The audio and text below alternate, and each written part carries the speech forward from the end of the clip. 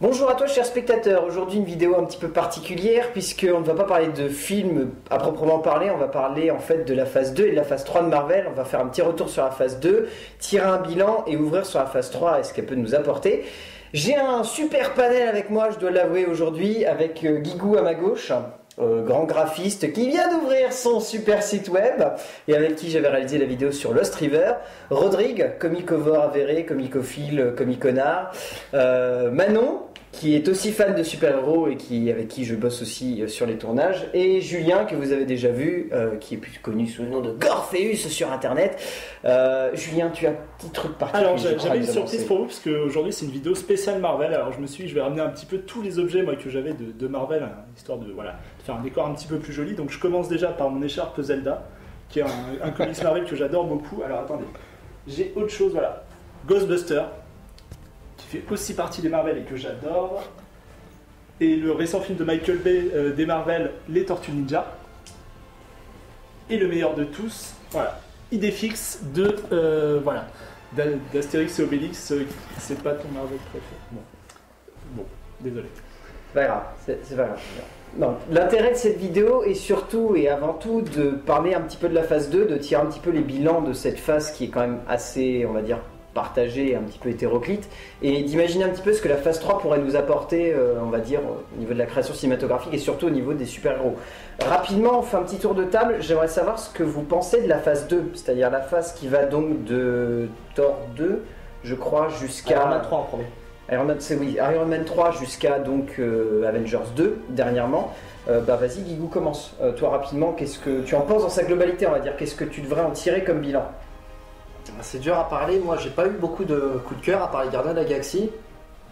Pour moi la phase 2 est un acte 2 comme au théâtre, c'est-à-dire que c'est un acte de préparation à un avenir assez important, voire à une consécration finale de la filmographie Marvel. Gros coup de cœur sur les Gardiens de la Galaxie du coup. Iron Man 3 j'ai pas beaucoup apprécié, mais c'est pour des raisons perso. Thor 2 passable mais sans plus. Enfin, c'est un bon film mais ça apporte pas grand chose à l'histoire de base. Captain America 2 était un bon divertissement aussi. Et puis après il y a eu Avengers 2 qui a clôturé la phase 2 et ça c'est un bon film qui m'a pas marqué autant que le premier. C'est ça que je clôture. Rodrigue. Moi je trouve qu'on a abordé vraiment, on a dépassé le stade de la présentation, on a essayé d'approfondir la plupart des personnages. On le voit surtout avec Thor 2, Iron Man 3, c'était vraiment l'histoire de peaufiner vraiment le Iron Man. Et on a vraiment une volonté d'approfondir au-delà de la présentation, comme ils l'ont fait pour le premier Thor, qui était pour moi le plus raté dans la phase 1. Et ensuite, le Captain America était pour moi le meilleur, parce qu'on sent que vraiment ça s'articule autour de Captain America et l'Avengers. Donc ouais, pour moi la phase 2, c'est on approfondit, on amène quelque chose de sombre. Vraiment, on prépare la phase 3 à fond. Manon? Moi je suis Spider-Man, je suis là juste en figurante. Julien alors. Alors, moi, la phase 2, c'est une phase qui m'a un petit peu plus déçu par rapport à la première, pour la simple et bonne raison déjà que je n'ai pas vu tous les films de la phase 2. T'as pas vu quoi, par exemple? Je n'ai pas vu Captain America 2 et Thor 2. Capitaine Amérique. Tu n'as pas vu Capitaine Amérique 2, Exactement. le soldat de l'hiver. Voilà. Plus, hein. Non, moi ce qui m'a vraiment marqué dans la phase 2, c'est bien les Gardiens de la Galaxie. Pour moi, ça a été la grosse révélation, la grosse surprise, et donc c'est pas très original, mais finalement c'est ce qui m'a vraiment le plus plu. J'avais adoré toute la phase 1, j'avais presque vu tous les films, ils m'avaient vraiment tous plu. Avengers 2, bonne surprise, parce que Avengers restait pour moi le pilier de tout ce qu'avait fait Marvel jusque-là, et Avengers 2, je pense, tient la route, même si il y a un petit ton en dessous, mais ça se discute.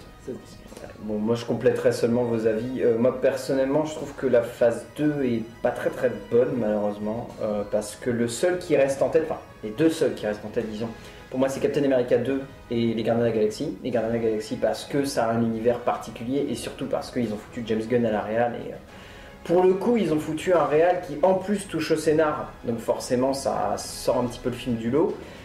Parce que derrière, qu'est-ce qu'on a? On a Thor 2 qui, pour moi, est pas loin de la purge, c'est-à-dire qu'on est vraiment sur un scénario qui est ultra faiblard, quelque chose qui raconte mais quasiment que dalle. Ce qui m'a surtout choqué en fait dans Thor 2, et peut-être que vous pouvez rebondir un petit peu là-dessus pour m'aider. Je trouve que dans Thor 2, par exemple, le personnage de Natalie Portman est sous-exploité à un degré où elle en devient la cruche de service. Quand dans le premier, on veut nous présenter un personnage de femme forte qui limite est la première qui est montrée à l'écran. Et là, pour le coup, dans Thor 2, on se retrouve avec un personnage qui est limite en demi-teinte, qui sert uniquement de pain-mèche de service qu'on va foutre en retrait et qui va être la copine de Thor qui de temps en temps va être ramenée sur le devant de la scène en mode « Ah, faut la sauver celle-là parce que vous vous souvenez, c'était la scientifique du premier ». Et sinon, Iron Man 3 est drôle, mais a tendance à pencher du côté du buddy movies plus que du film de super-héros, surtout dans sa deuxième partie, et ça fait pêcher un petit peu le film sur certains aspects. Quand, à contrario, il a un premier aspect qui est super noir, qui est la remise en cause d'un super-héros qui amène donc ensuite le personnage dans Avengers 2 qui se remet beaucoup en cause. D'ailleurs, je trouve que cet aspect-là n'a pas été très exploité dans Avengers 2, mais bon, c'est pas grave. Captain America 2, pour le coup, avait vraiment un scénario béton, mais une réal un petit peu en demi-teinte, on va dire, une réal très télé qui, pour ma part, on ouvrira sur la phase 3, me fait un petit peu peur sur Avengers 2, sur Avengers 3 Infinity War. Les 3 parties. Voilà. Et par contre, les Gardiens de la Galaxie, donc ouais, là-dessus, aucun a priori, c'est vraiment un carton monumental. Mais voilà, pour le coup, je trouve, pour ma part, qu'on est sur une phase 2 mitigée. Je sais pas si vous avez des trucs à redire ou... Bah, Thor, ça fait exactement comme la phase 1, c'est le film, c'est une nécessité en fait. Ils sont obligés de le faire parce que Thor est un personnage concret d'Avengers, donc ils sont obligés de le faire. Et il fallait absolument introduire justement les fameuses gemmes de l'Infinity qui sont tout au long, qu'on voit particulièrement dans les Gardiens de la Galaxie. C'est pour ça que ça a été bien amené par rapport à Thanos et tout le conflit qui sera derrière. Et ouais, Thor, c'est un peu le film c'est une nécessité en fait. On est obligé de le faire. C'est pour ça que c'est peut-être pas profond, c'est même moins important. C'est juste une nécessité pour le personnage et pour le reste de l'histoire. Ouais, c'est pour ça que généralement... Ça fait un peu le film accessoire au final. C'est pour ça que généralement dans les Avengers, résultat, ce qui ressort, c'est que tout le monde est en train de dire « Ouais, Thor, il est chiant, Thor, il est machin, il est ultra antipathique, il est pas intéressant, c'est plus le comic relief que le vrai personnage de fond qui devrait être érigé en tant que dieu. » C'est vrai que c'est un des points qui manque, je trouve, dans Avengers 2 et qui n'est pas très ressorti, même si le deuxième a tendance à plus creuser ça, c'est que c'est supposé être un dieu quand même, quasiment. Il est vraiment supposé être une figure, c'est Thor, même dans la mythologie viking, c'était un des dieux. Et pourtant, on ressent jamais cet aspect-là dans l'univers Marvel, ce qui aurait été dommage parce que ça aurait pu faire sortir le personnage. Et il a plus tendance à avoir une position de comic relief plutôt que de vrai personnage ancré dans un univers où justement ça tend pas à avoir un dieu quoi, au milieu de ses héros. C'est ça, mais après au niveau des comics, c'est un peu l'interprétation, c'est que pour les humains, on va dire, pour le Midgard, du coup, c'est un peu genre la représentation d'un dieu, parce que nous, c'est rentré dans certaines cultures, la culture nordique, etc. Alors que, au final, pour eux, ce ne sont pas des dieux. Ils savent qu'ils sont représentés comme dieux sur Midgard, mais en tant qu'Asgardiens, eux, c'est un autre peuple. C'est juste qu'ils vivent plus longtemps, ils sont plus forts, etc. Donc, ouais, de ce côté-là, ouais, ça a été un peu négligé. Après, c'est le point de vue que j'en ai, c'est que c'est un dieu, pour moi c'est qu'un mot quoi. Pour moi c'est pas un dieu, ça pourrait être même pas un extraterrestre, c'est trop violent, mais c'est une sorte de Superman, c'est l'équivalent, Et au niveau de Avengers 2 justement, parce que là on a surtout parlé des autres films annexes, mais de Avengers 2 en lui-même, parce que c'est supposé être entre guillemets le bilan en fait de la phase 2 Avengers 2, et concrètement ce bilan, qu'est-ce qu'il amène comme réflexion? Je sais pas qui est-ce qui veut se lancer là-dessus. Allez, Julien. Comme réflexion. Ouais. C'est-à-dire c'est un petit peu ouvert, mais c'est l'idée qu'à chaque fois, les Avengers, quand on regardait le premier était vraiment une synthèse des univers, c'est-à-dire qu'il fallait coupler tous les univers. Donc qu'est-ce qu'on avait? On avait Tony Stark en personnage principal, mais on avait Loki en anti-héros, ce qui était une opposition entre les deux mondes. Et en plus de chaque côté, on avait l'iconographie de Captain America qui était ramenée dans le monde moderne, on avait l'arrivée de Hawkeye et de Black Widow qui était vraiment assez important, puisque c'est quand même les deux personnages entre guillemets qui sont les plus humains, on va dire, parce que même si Captain America a des super pouvoirs mais reste humain, Iron Man, c'est un mec qui est en armure, c'est les deux personnages qui sont supposés, donc voilà, on va dire que cette phase 2 est supposée entre guillemets amener une idée en même temps d'un nouveau exceptionnel, mais ramener les personnages un petit peu plus sur Terre, je trouve. Est-ce que dans cette optique-là, vous arrivez un petit peu mieux voir, on va dire, Avengers 2? Déjà pour moi le problème d'Avengers 2, c'est que si t'as pas vu un petit peu tous les films de la phase 2, c'est vraiment concrètement, contrairement au premier, qui pouvait se prendre comme un film indépendant, tu pouvais le voir sans avoir vu les autres. Ce deuxième, t'es obligé d'avoir vu au moins quelques films de la phase 2, puisque sinon tu comprends pas tout. Voilà, il te manque beaucoup d'éléments, c'est une continuité, on va dire c'est comme l'acte de fin de tous les films que tu as vus dans la phase 2. Alors que pour le premier, c'était pas du tout le cas. Ça pouvait vraiment se voir à part. Donc moi, c'est ce qui m'a un petit peu dérangé aussi. J'ai pas du tout trouvé ça, moi. Justement, c'est tout le contraire. Ah bah. Donc Justement, non, c'est pour moi, bien, justement, c'est bien. le souci, c'est justement, tous les films Marvel, tu peux les regarder sans avoir regardé les autres. C'est-à-dire qu'Avengers, les seuls trucs qui te permettaient de dire qu'il y aura un Avengers 2, c'était les scènes post-génériques, c'est-à-dire la scène post-générique de Captain America 2, qui t'introduisait Quicksilver, et, enfin les frères Maximoff, tout simplement. Et à part ça, je veux dire, Iron Man 3, ok, il va te servir à savoir que Tony Stark maintenant il peut sortir de son armure. Thor, bah, Non mais c'est pas en parler. Thor qui lui ça lui a pas permis de Captain sortir. America, il a eu une péripétie, ok, le Shield s'est effondré, mais voilà, je veux dire, Avengers 2, tu peux le regarder sans avoir vu les autres films, sans avoir. En se disant, oh merde, j'ai pas compris. Non, c'est pas comme une série où tu loupes 2 épisodes, t'es dans le caca. Ouais, mais là, tu peux regarder le film sans avoir aucun souci. Pour moi, ça sent dès le début en fait de Avengers 2, t'es directement dans l'action, tu sais pas vraiment où t'es, tu sais pas qui est le méchant, tu sais pas qui est ce mec qui arrive bizarrement. Et apparemment, c'est déjà expliqué dans une série qui est encore à part, qui est Shield. Oui, Agent of Shield. Donc c'est voilà, enfin, moi ça m'a déçu. Bah, c'est là où je disais, voilà, on sent qu'au final, Avengers, ça s'articule autour de Captain America. Parce que si on voyait juste Captain America, Winter Soldier, là on peut comprendre la scène d'intro, comment c'est amené, vraiment le fait que les Avengers, c'est plutôt une équipe pas improvisée, mais on sent que ils s'assemblent quand il y a vraiment nécessité, qu'ils étaient en guerre, parce que justement le Shield s'était effondré. Après, là je suis d'accord avec Guillaume, c'est que on peut voir le 2 sans nécessairement avoir vu les autres. Je veux dire, Thor 2 ou quoi que ce soit.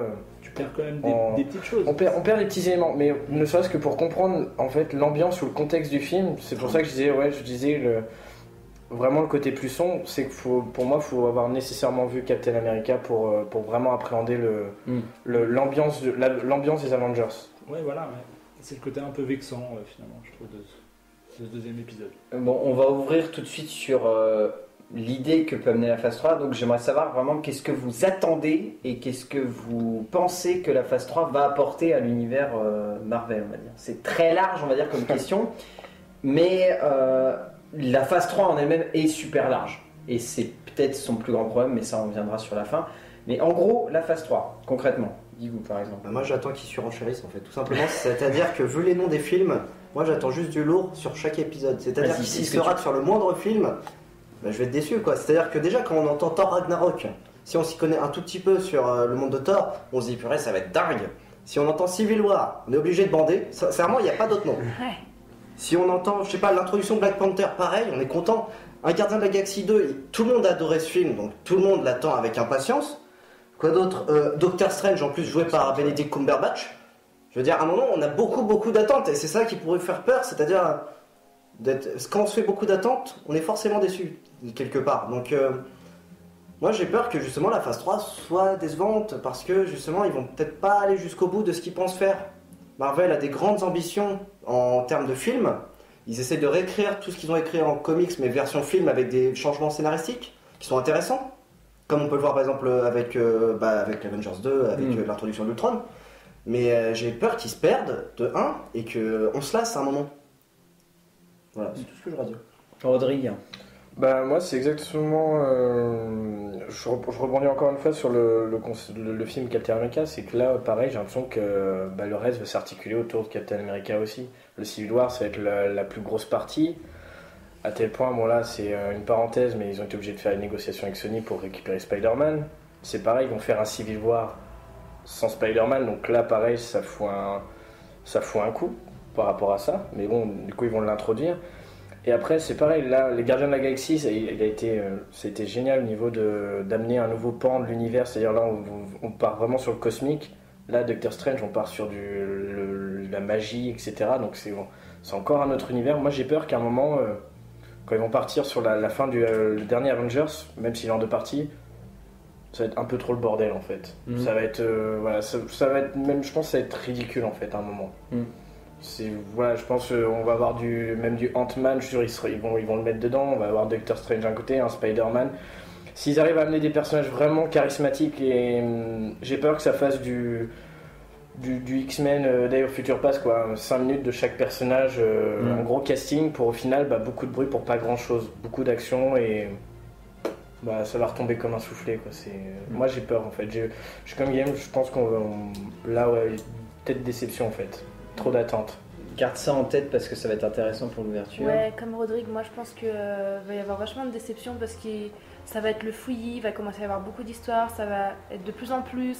Les gens vont en avoir marre parce que ceux qui sont pas forcément fans, qui vont parce qu'ils trouvent ça cool sur le coup, ça va les saouler au bout d'un moment et pareil, je pense que ça va faire un peu beaucoup d'un coup par rapport à ça. Alors moi j'attends 3 choses pour la phase 3, l'introduction de nouveaux personnages, genre Ant-Man, j'ai bien aimé la bande-annonce, on verra, ça se trouve ce sera plutôt sympa.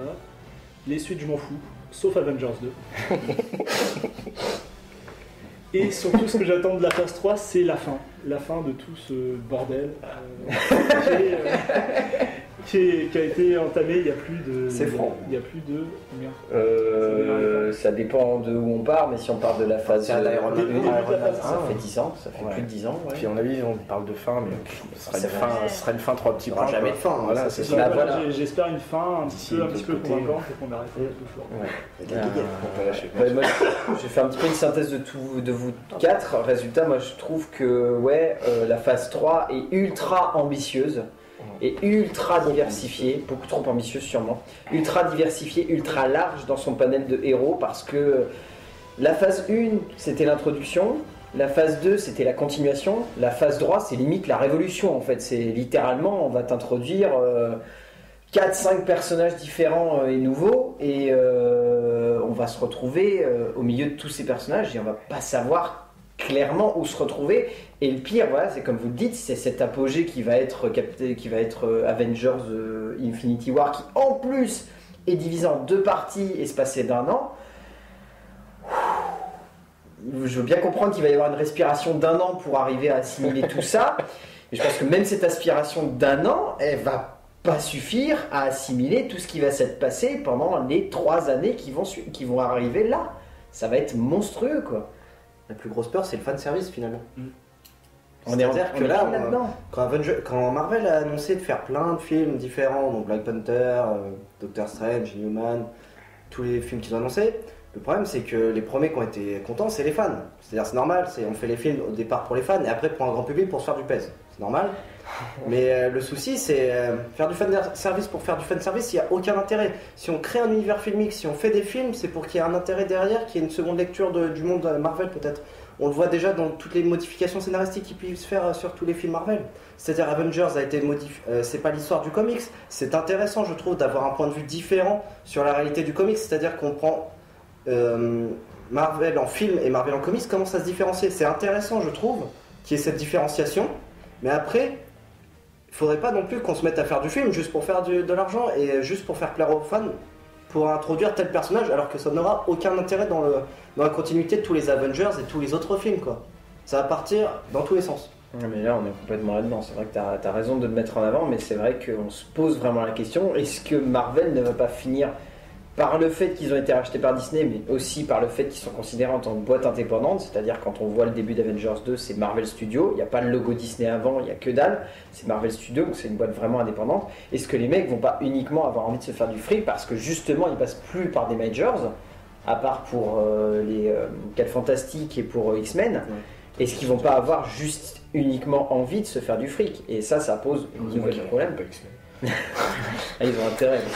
Parce que sinon déjà Bryan Singer, on peut se tamponner les fesses, il va plus être là. Hugh Jackman, on va l'avoir Et puis encore.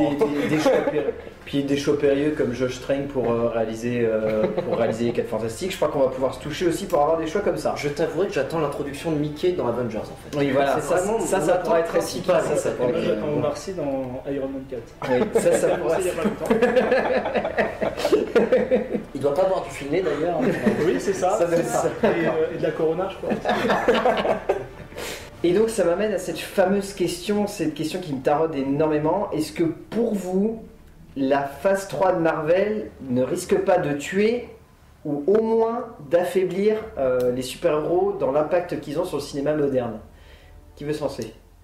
Bon, éventuellement, 3 mots, c'est déjà fait. Donc ouais, ça fait un moment que voilà, ça tourne en rond, que des super-héros on en voit tout le temps. Je pense que tout le monde commence à être un petit peu gavé, à part si t'es un fan absolu, tu peux pas apprécier absolument tout ce qui est sorti ces derniers temps, depuis 10 ans. Moi qui suis pas un gros fan de comics à la base, j'avoue que Avengers j'adore, mais voilà, ça reste vraiment des films exceptionnels, comme Les Gardiens de la Galaxie. Non, bah voilà, pour moi c'est déjà fini depuis un petit moment. Donc j'irai pas en voir plus que ça. Vous, Rodrigue, lequel veut se lancer en premier? Vas-y, je te laisse. Ben, je dirais juste que l'avantage d'aimer les comics, c'est qu'il me restera toujours les comics, quoi. c'est un peu ça. De toute façon, le meilleur note, il n'y aura pas de fin.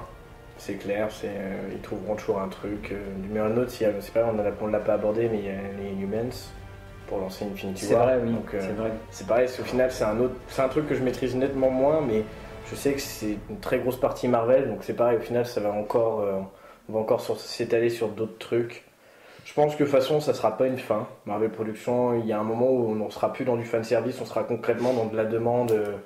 Il y aura besoin de faire du fric, etc. Donc on est déjà dans cet aspect-là du meilleur. Donc moi je le ressens maintenant. Il n'y a plus ce côté justement super-héros, on se détache, on peut faire ce qu'on veut, on crée des films vraiment cool. Et non, là je trouve vraiment on est dans l'usine à pognon.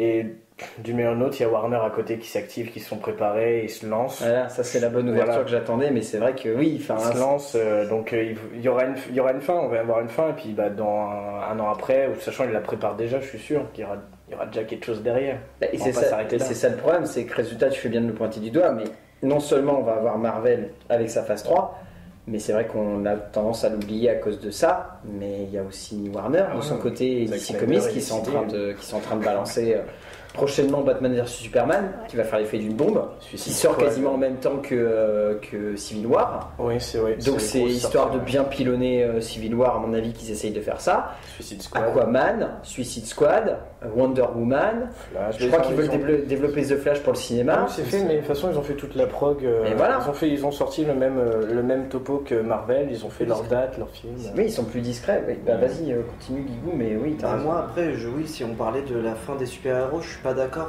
forcément d'un point de vue tout simplement. Alors, je dis pas forcement la fin, Oui, non, mais ça va tuer, j'entends ça va ce que tuer et en tout cas peut-être les affaiblir. Regarde, moi je pense que sociologiquement parlant, on peut parler des super-héros. Déjà, les super-héros sont arrivés en film dès les années 50, voire plus tôt, avec le Batman qui a fait une série assez drôle, on peut dire. Oh putain, plus que drôle. Assez nanardesque Ça aujourd'hui. faire les poupées. Après, on a eu Batman qui est arrivé via Tim Burton, qui a survécu. On a une deuxième vision de Batman, qui était plus une vision de de folie. Et là, on a eu une version aussi de Christopher Nolan qui était plus orientée sur la situation actuelle des États-Unis, c'est-à-dire le terrorisme après le 11 septembre. Donc moi, je pense que justement, les super-héros vont toujours réussir à s'intégrer dans le domaine sociologique. C'est-à-dire qu'il y aura toujours une comparaison à notre propre univers dans le monde de comics. Donc tant qu'il y aura de la vie, il y aura du super-héros. Mais ce que je tiens à pointer du doigt, c'est très beau ce que tu viens de dire en plus. Mais ce que je tiens à pointer du doigt, c'est quand même tous ces films-là sont très éparses, on va dire, au niveau de la temporalité. C'est-à-dire qu'ils avaient vraiment leur période chacun. C'est-à-dire tu regardes les Superman, c'était 79, 82, 86, 89. Et tu regardes les Batman de Tim Burton, on est sur du 89, 92, puis 95, puis 97. On est sur des films qui prenaient du temps à se faire. Là, avec Marvel, on est quand même sur des films, on se bouffe 3 à 4 super-héros par an, quoi. C'est devenu une boîte de production. Et en plus, avec les DC Comics, on va se taper 5, voire 6 super-héros par an maintenant. Il y aura forcément un essoufflement, mais ce sera sur le court terme, moi, je pense. Tu vois, c'est-à-dire que là, tu le disais, donc les Batman, par exemple, les Batman de Tim Burton se sont essoufflés. Il a fallu attendre presque 10 ans pour que Christopher Nolan prenne la relève. 8 ans, ouais. 8 ans. Pardon. Oui, pardon, mais entre 97 et 2005, il y a 8 ans. Pardon, j'ai pas Il n'y fait a le pas eu de calcul. Batman hein, pour toi. désolé. Et non, moi je pense que il y aura forcément une génération qui va s'essouffler, mais après ça va forcément renaître de ses cendres tel le phénix. Putain, mais il les enchaîne là, il les enchaîne les répliques. Punchline là. Manon, est-ce que tu as envie de rebondir un petit peu là-dessus? Bah, c'est vrai Peut-être. que bon, ça va finir par s'essouffler, mais pour l'instant, enfin moi je sais que de mon propre point de vue, j'en attends quelques-uns quand même. Deadpool, Ant-Man, même par rapport à DC Comics, Batman, Superman, tout ça. Donc moi j'ai quelques attentes aussi, donc on verra bien, mais je pense que si ça s'essouffle, ce sera peut-être un peu plus tard pour moi, alors que toi tu penses que c'est déjà fait. Parce que justement on attend les nouveaux, ceux que les gens ne connaissent pas forcément. Je fais référence à Deadpool ou à des trucs comme ça. Donc ouais, si ça s'essouffle pour moi, ce sera après, parce que je pense qu'il y a un moment, ils vont être à court d'idées, les gens en auront marre et... Ouais, je sais même pas s'ils regarderont et ils s'intéresseront pas forcément à des univers qu'ils connaissent pas, qui sont pas communs. Donc pour moi, ouais, faut voir après sur le long terme. Alors moi je m'aperçois quand même, on critique beaucoup finalement tout ce qu'ils ont fait, mais faut quand même partir de la base du fait qu'au départ c'était quand même un projet qui était prévu sur le long terme. Ça a été, je pense, les premiers à faire un projet sur aussi longtemps, sur autant de films. C'est quelque chose qui est pas évident. Ça a dû être un cauchemar d'écriture, un cauchemar de conception, de production et de scénario. Ouais, en plus, ça dépendait beaucoup des films. Si les films faisaient un gros bide, peut-être que ça allait changer un petit peu la timeline du truc. Enfin, faut quand même leur accorder le fait que ce soit un projet vraiment inédit et vraiment très très très très ambitieux.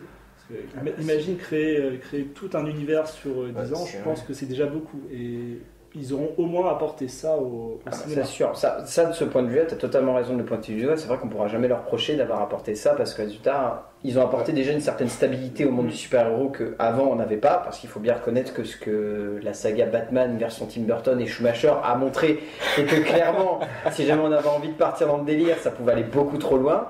Et ce qu'a montré Nolan de son côté, c'était que toucher un petit peu trop à la noirceur d'un héros, ça peut amener à faire des conneries comme Man of Steel. Après, c'est un avis perso. Je critique pas Nolan, s'il te plaît. Mais non, je critique pas Nolan, je critique justement Snyder. Qui part sur, à mon avis, une Ligue des Justiciers un peu trop noire pour moi. Voilà, c'est ça. Mais ça peut être intéressant, on va dire, sur Batman versus Superman. Ouais, mais du coup, on a toujours la touche Nolanesque. Oui, c'est ça. C'était l'énorme problème de Man of Steel. De toute façon, on va pas trop ouvrir là-dessus, mais l'énorme problème de Man of Steel est ce qui peut. De Batman Begins. Et ce qui peut aussi faire la force, entre guillemets, de DC Comics de son côté, puisque Marvel a déjà sa base en fait de poser, qui est de mêler ouvertement comics et action sérieuse. Et surtout, ce que je reproche énormément à Marvel, en fait, c'est d'essayer de nous faire croire à travers les films qu'ils sont en train de surfer sur la vague Nolan. C'est-à-dire toutes les bandes annonces. Les films Marvel, ouais, c'est du dark. C'est tellement ça. Mais je suis tellement d'accord avec toi là, putain. C'est tout le temps ultra dark. C'est tout le temps ultra dark. C'est-à-dire que tu regardes la bande-annonce de Captain America, The Winter Soldier, c'est le truc, tu t'imagines ultra dark. Tu regardes Iron Man 3, tu t'imagines la remise en cause du super-héros, mais ultra glauque. Tu regardes Avengers 2, tu te dis oh putain, ça va défoncer du pâté, ça va défoncer tout le monde, tous les super-héros vont se remettre en cause, vont crever un à un. Et finalement, tu te retrouves avec limite des fois une comédie. Genre, pour moi, l'exemple type, c'était Iron Man 3. Je suis désolé, mais le mandarin qui finit par être un acteur londonien au chômage clodo, sur le papier c'est super drôle, mais quand on se dit qu'ils viennent de griller la cartouche la plus monstrueuse de l'univers Marvel, qui était le mandarin, l'un des meilleurs méchants. Les 10 anneaux au final. C'était ça aussi. Putain, mais ils viennent de niquer quand même l'un des meilleurs méchants de l'univers Marvel. J'ai cru absolument jusqu'au bout. Pour coup, voilà, pour les Lego, c'est pareil. Les Lego, ils ont fait carrément le combat final entre Iron Man et le mandarin. Donc moi, j'y ai cru jusqu'au bout. Vraiment, il y aurait le mandarin, les 10 anneaux, sachant que c'est introduit depuis Iron Man 1. Voilà, savoir finalement c'est un acteur. Surtout vont prendre un bon acteur en plus pour faire la merde. Encore une fois, Ben Kingsley est tourné en dérision, c'est-à-dire qu'encore ils sont obligés. C'est ça pour voir un Guy Pearce juste avec des tatouages et tout brûlant. C'est l'exemple. J'aurais vu Memento, j'aurais été heureux quoi, c'est tout. Oui, c'est ça. Merci Nolan. Une fois de plus. Moi je ne prends pas parti. Jamais. Toi tu ne prends jamais parti pour Nolan. Mais c'est vrai que Marvel aurait pour ne pas faire critique, oui, Marvel aura lancé une mode, on va dire, les scènes post-génériques, la volonté de vouloir lier tous leurs films ensemble. Et c'est vrai que Nolan derrière a donné ce côté, les super-héros, c'est des êtres humains, c'est pas que des slips sur des pantalons, quoi. Voilà, c'est sûr, avec une. La preuve, le prochain Batman n'aura pas de slip d'ailleurs. D'ailleurs, Superman aussi a perdu son slip. Oui, tu la connais pas l'anecdote, c'est-à-dire que dès la première réunion de production sur Man of Steel, c'est-à-dire que Nolan il est rentré, il a dit le premier truc, c'est bon les gars, le slip, on en parle ou pas? Et comme tout de suite dit, on retire le slip.